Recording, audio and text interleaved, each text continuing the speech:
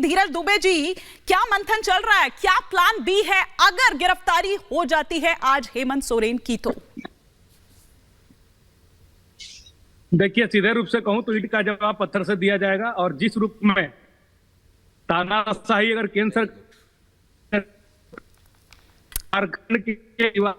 आपका ऑडियो मुझे ठीक तरह से नहीं मिल रहा है। ईडी को एक संस्था के रूप में दुरुपयोग किया जाएगा, हाँ, तो दुरुपयोग किया जाएगा तो यहाँ की जनता, यहाँ के जो मूलवासी हैं वो तैयार बैठे हर तरह से। ये इसके पीछे का क्या मतलब है आपका? नहीं, यहाँ के मूलवासी तैयार बैठे हैं से क्या मतलब है आपका? क्या इशारा कर रहे हैं आप?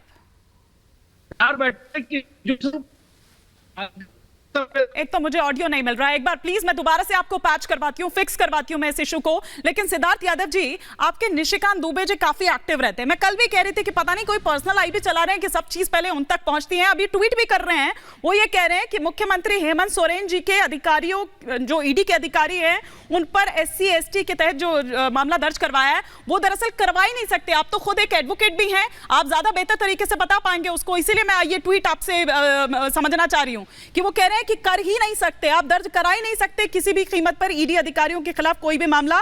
मूर्खता की पराकाष्ठा अगर देखनी है तो झारखंड आइए। देखिए, निश्चित रूप से हिमानी जी, मतलब आप इस बात का अगर दुरुपयोग करना चाहें कि आपके पास राज्य की शासन व्यवस्था है और शासन के अंतर्गत कानून आता है, पुलिस आपके अंतर्गत है, और आप उसका दुरुपयोग करके आप कहें कि मैं कुछ भी कर लूंगा, तो ये तो लोकतंत्र के लिए खराब है। पर आज देखिए कि कैसा दुखद दिन है।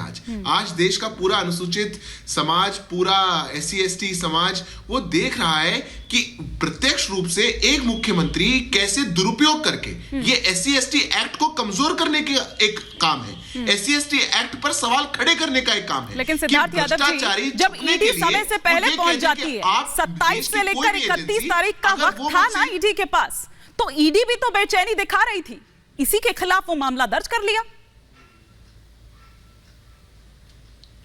नहीं हिमानी जी, ये कैसी बेचैनी हुई? अगर किसी ने लूट मचा दी और उसकी लूट पर 10-10 समन उसको दे दिए जाएं और उसको कहा जाए कि आप आकर के पार्टिसिपेट करें, तो वो पीछे से झूठे केस दर्ज करवाएगा। ये देश है, ये लोकतंत्र है, और फिर ये लोग कहते हैं ये लोकतंत्र को बचाने जा रहे हैं। ये कहां की बात हुई? अरे आपको मुख्यमंत्री होने के नाते किसी ने नहीं कहा था आप जनवरी तक का इंतजार करते? आपको तो समन बहुत पहले दिए जा रहे थे, गिरफ्तारियां बहुत पहले हो रही थी, हर किसी पूरी इसकी जांच इतने समय से चल रही थी, आप आ जाते पहले और कहते कि मैं पार्टिसिपेट करूंगा। जो सच्चा व्यक्ति होता है मानी जी, वो आता है सामने और कहता है सीने पर कि आइए बताइए क्या आरोप है मेरे पे। अगर कोई गलत करेगी कोई एजेंसी, कोर्ट में जाके खड़ा होता है और वो कहता है कि इनने गलत किया, पर ये लोग कुछ नहीं करेंगे, ये लोग भागेंगे, छुपेंगे, अधिकारी जो आएंगे उनको डराएंगे। यही तो बंगाल में कर रहे हैं, यही कोशिश झारखंड में हो रही है। आज देश के फेडरल स्ट्रक्चर पे एक आघात है और मूर्खता की पराकाष्ठा है, बिल्कुल है। एक राज्य का मुख्यमंत्री दुबे जी, यादव जी कह रहे हैं ये फेडरल स्ट्रक्चर पर आघात है जो आप लोगों ने किया है।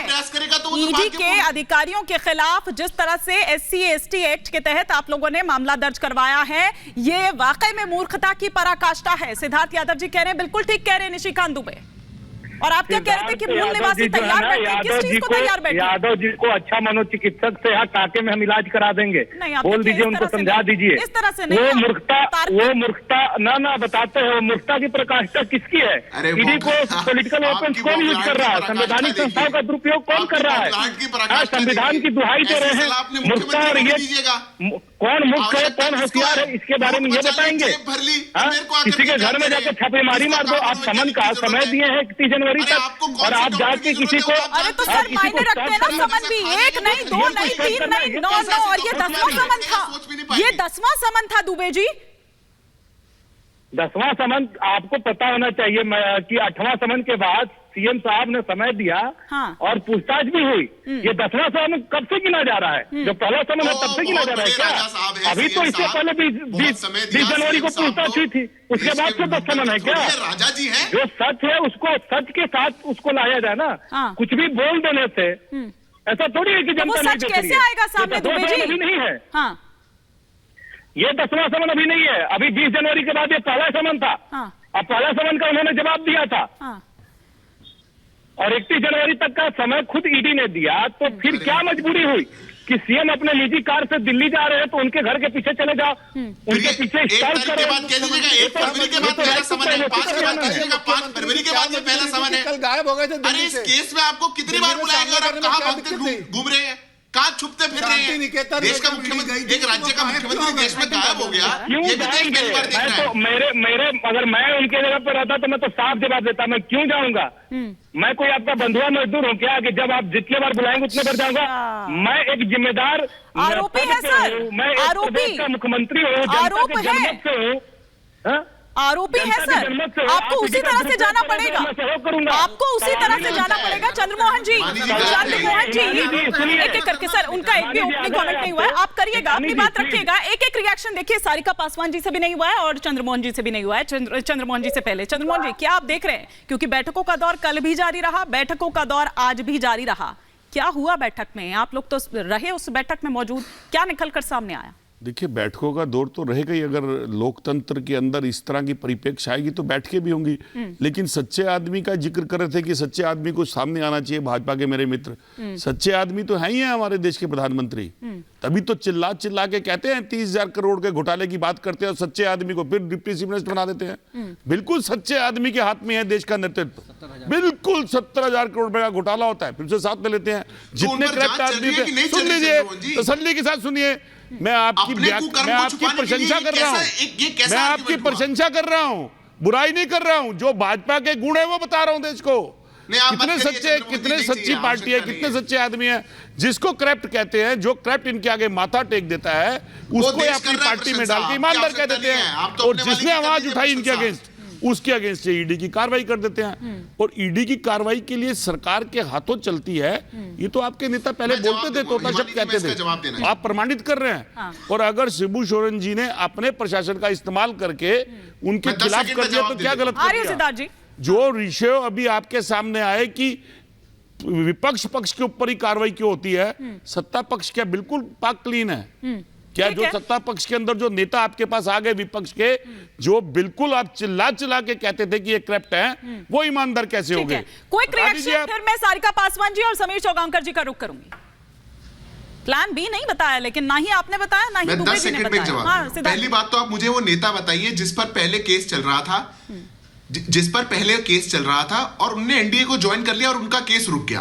आप तो 20-20 साल में भ्रष्टाचारी होते हैं, आप तो 20 साल बाद भी जेल जाते हैं। आप चाहते हैं दूसरा भी हो जाए। मुख्यमंत्री आपने बनाया भाई, एक मुख्यमंत्री को आप जांच के लिए बुला रहे हैं और एक को मुख्यमंत्री बना रहे हैं। लोकतंत्र पर खतरा है, ये देश नहीं देख रहा है। यादव जी, संविधान के साथ गड़बड़ है, ये चलेगा कि आपकी दादागिरी चलेगी? आपकी देश में दादागिरी नहीं चलेगी। अभी लोकतंत्र जिंदा है, मत करिए। अभी लोकतंत्र जिंदा है। तो आप लोग क्या कर रहे हैं? अगर वो दादागिरी कर रहे हैं तो आप लोग भी तो दादागिरी दिखा रहे हैं ना। अगर ईडी की टीम वहां पर आती है, कभी उस पर हमला कर दिया जाता है, कभी उस पर SC/ST एक्ट बना दिया। सुनिए ना, 2 मुख्यमंत्रियों को संजय जी, वो अगर वो दादागिरी कर रहे हैं, ठीक है, आप भी तो दादागिरी कर रहे हैं। आपकी जो आपकी एक्टिविटी है वो क्या कहलाएगी? वो दादागिरी नहीं कहलाएगी। अगर बंगाल में ईडी पहुंचती है तो वहां उस पर हमला कर दिया जाता है, झारखंड में पहुंचती है तो वो कह रहे मूल निवासी तैयार बैठे हैं। मैं इसका क्या मतलब निकालूं? मूल निवासी तैयार बैठे हैं, क्या मतलब था? मैं बता देता हूं, वो तो बता नहीं पाए। मैं बता दे रहा हूं ना। देखिए, आज विपक्ष के लिए ये मैं बोलना चाहता हूं कि यदि मैं आज झुक जाऊं तो सारा मसला हल हो जाएगा, लेकिन विपक्ष का जो नजरिया है, सारिका जी की सोच है, उसका क्या होगा, उसका जो किरदार है उसका क्या होगा, ईमानी जी।